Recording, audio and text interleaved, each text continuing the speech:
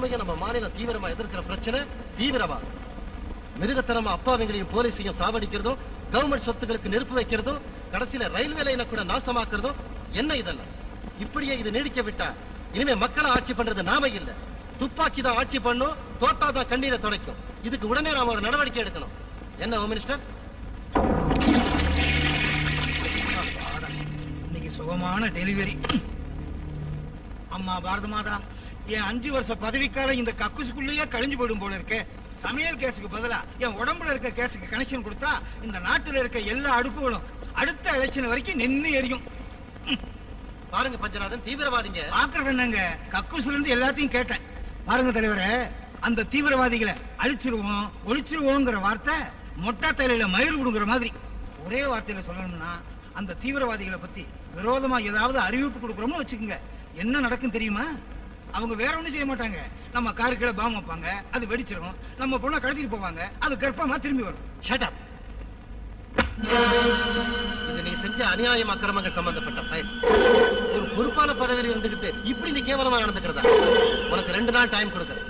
அதுக்குள்ள இதுக்கெல்லாம் சரியான பதில் சொல்லலன்னா உன்னை பதவியில் இருந்து நீக்கிறது மட்டும் இல்ல, உன் மேல போலீஸ் ஆக்ஷன் கூட எடுக்க வேண்டியிருக்கும். அம்மோ, இனி அவனை விட்டு வைக்க கூடாது. தலைவர் சீட்ல இருந்து இறக்கிற வேண்டியதுதான். அவரை இறக்கிட்டா சும்மா விடுவாரா என்ன? அவர் ரொம்ப ஸ்ட்ராங் கேண்டிடேட். மறுபடியும் 4 பேரை சேர்த்துக்கிட்டு உங்க கதையை முடிச்சிருவார். அவனே முடிச்சுட்டா அதை நீங்க தான் செஞ்சீங்கன்னு சின்ன பசங்களுக்கு கூட தெரிஞ்சிடும். ஐயோ, இவன் என்ன கன்ஃபியூஸ் பண்றானே, என்ன குழப்பறதுக்குனே நம்ம கூட்டத்துல இருக்கானே. இவனை இழுத்துட்டு போங்கடா, இவனை இழுத்துட்டு போய் தொலைங்கடா. ஐயோ. அப்படின்னா நம்ம தலைவரை தீத்துடலாம். அவன் சொன்னதான் கரெக்டா அப்போ? இப்ப தீத்துட்டா நான் தான் செஞ்சேன்னு சொல்லுவாங்கடா அப்போ. சரி, இப்ப என்ன செய்யலாம்? மார்னிங் பேப்பர் வரட்டும். பேப்பர்ல தலைவருடைய ஸ்டேட்மெண்ட் வந்திருக்கும் படி. தீவிரவாதிகளுக்கு தலைவருடைய சவால்.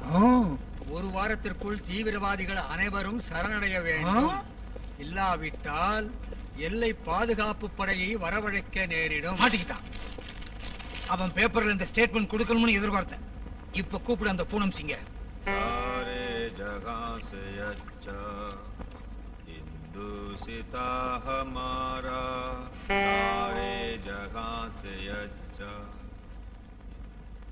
காந்தியார் மாதிரி தேசபக்தி பாட்டு பாடிக்கிட்டு இருக்கான். இவன் கொலை பண்ணுவானா என்ன? பூனம் சிங் சொல்லு.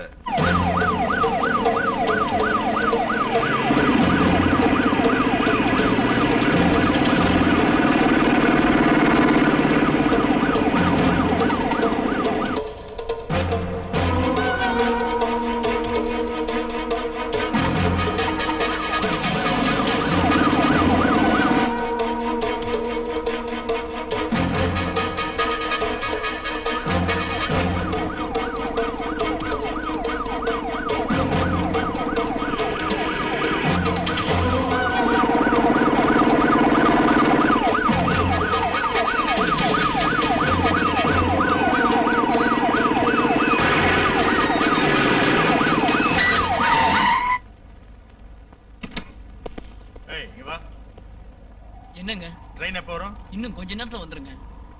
இன்ஸ்பெக்டர், பரவாயில்ல விடு, கேட் திறந்ததும் போகலாம். சரிங்க சார்.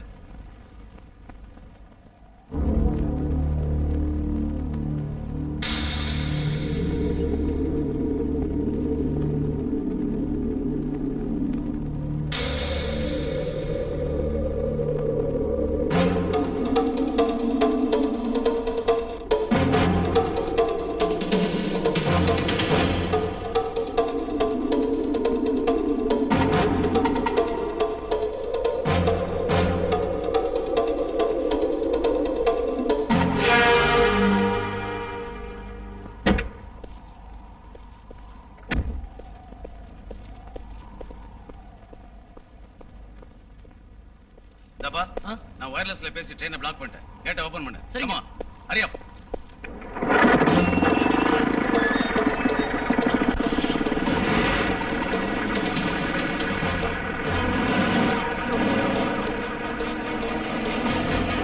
தலைவர் ஜெகநாதன் அவர்கள், தலைவர் ஜெகநாதன் அவர்கள், நமது தலைவர் ஜெகநாதன் அவர்கள், நமது தலைவர் ஜெகநாதன் அவர்கள்.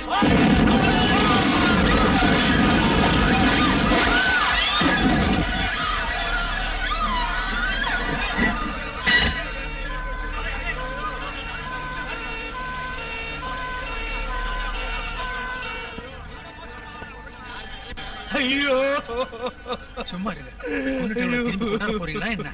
வாய்படியா?